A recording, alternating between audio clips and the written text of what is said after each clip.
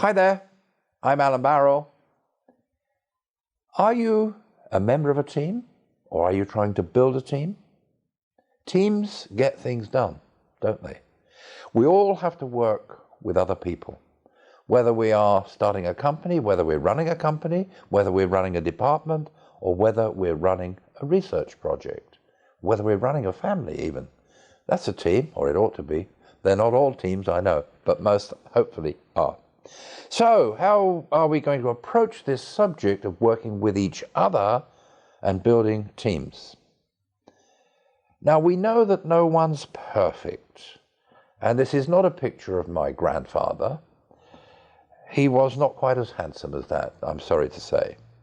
We are all different. We all have strengths and weaknesses, and I'd like you all to think about yourselves and think about other people as I'm talking you through some of my ideas. Let's have a look inside at ourselves and at others and think how best we can work together.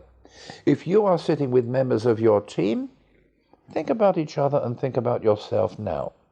And let's remember that we are all part of a great team. We're all part of the world's great family, and we're living in a world of opportunity. And hopefully, if we're attempting to build a team, we're building it with optimism because we want to make the world a better place. I think we all ought to be trying to make the world a world without borders and cross barriers, and do education without borders, and think about business without borders.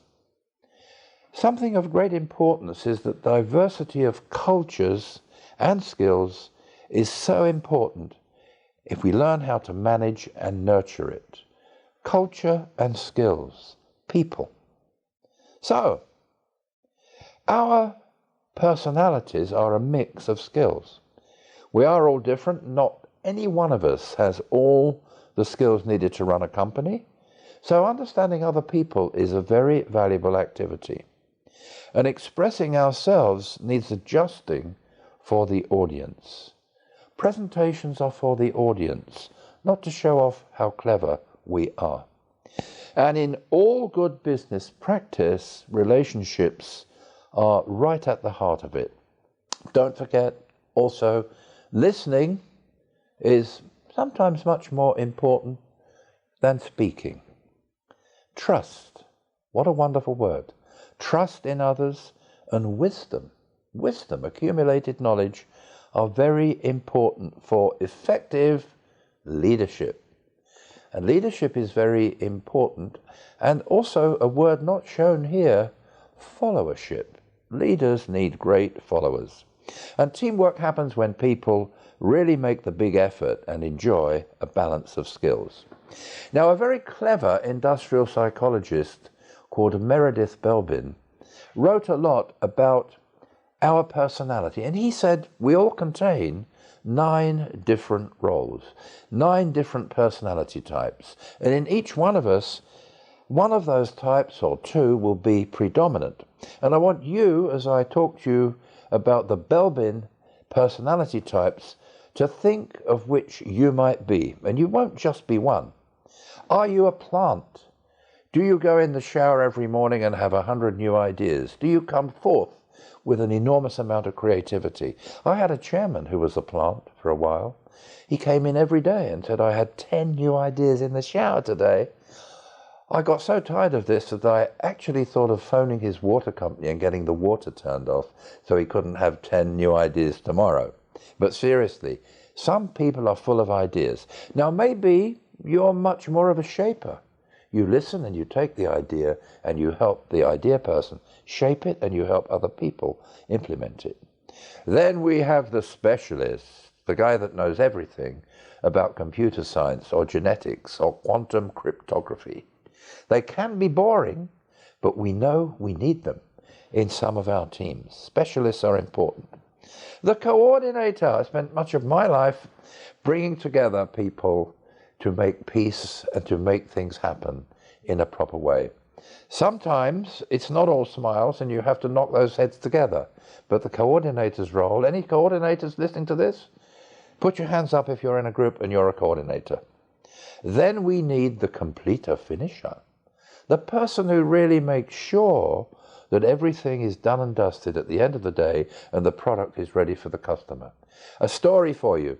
I once became the chairman of a software company that was losing money very, very rapidly. On a turnover of 4 million, it was losing £700,000 a year. 50 people doing software. When I looked into why, I found that it only had big customers, big retail customers, who wanted special software for their use in their company. And the contracts were never completed. And the customers were saying, well, you haven't actually produced what we really wanted. And we did a bell-bin analysis, and you can do a proper analysis of these bell-bin skills. And you know what we found? In a company of 50 people, we didn't have a single completer finisher. Everyone was a plant. They all had great ideas every morning. Completer finishers are very, very important. Then there is the implementer. Are you an implementer? Do you really feel fulfilled when you've got your hands on the machine and you're making things happen? Probably through other people. Implementers are very important. Then we come to the monitor, evaluator, the person who can look like, a terrible little gnome in the hole who is miserable and always points, when you bring him a financial analysis, to the things that are wrong. The monitor evaluator. Why haven't you done this? Why did you spend that? But we need them, especially if we are the plant and we want to be out there every day having new ideas. We need people to say, hey, just a moment, if you go on that way, we will run out of money in 3 months. So we need monitor evaluators. And then we need people who go and find out things that the team needs. Some of you love to get onto that computer with your fingers on the keyboard. You're onto the internet, you're finding things out, you're learning all the time. You are a real resource investigator. And we need those. And in these teams that we're talking about, we need a balance of those skills. And most of all, we need the mindset of the team worker. Are you a team worker? I hope you've been thinking, as I've been talking, which of the personality types you mostly are. And if you are in a team, whether you think there is a good balance of skills in that team, because it's a very important aspect of team building. So, to wrap it all up, making the best and most of each team member, understand your skills and the skills of others and shortcomings, listen, have a leader. Leadership can move. During a project, leadership can move to one person to another, but be clear who the leader is at all times. Honest and open debate, which lead to disagreements, can move you away from what might be a bad idea into a better way. And mistakes are about learning. Failure is not failure if you learn how to do it better. And changing the plan is not admitting we have been wrong.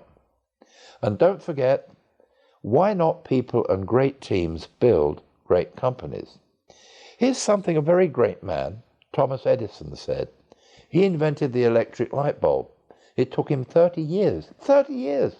And when people said, what the hell have you been doing? He said this, I have not failed. I just found 10,000 ways that didn't work. Take that as a lesson that failure is learning. So go away and build great teams, and thank you so much for listening.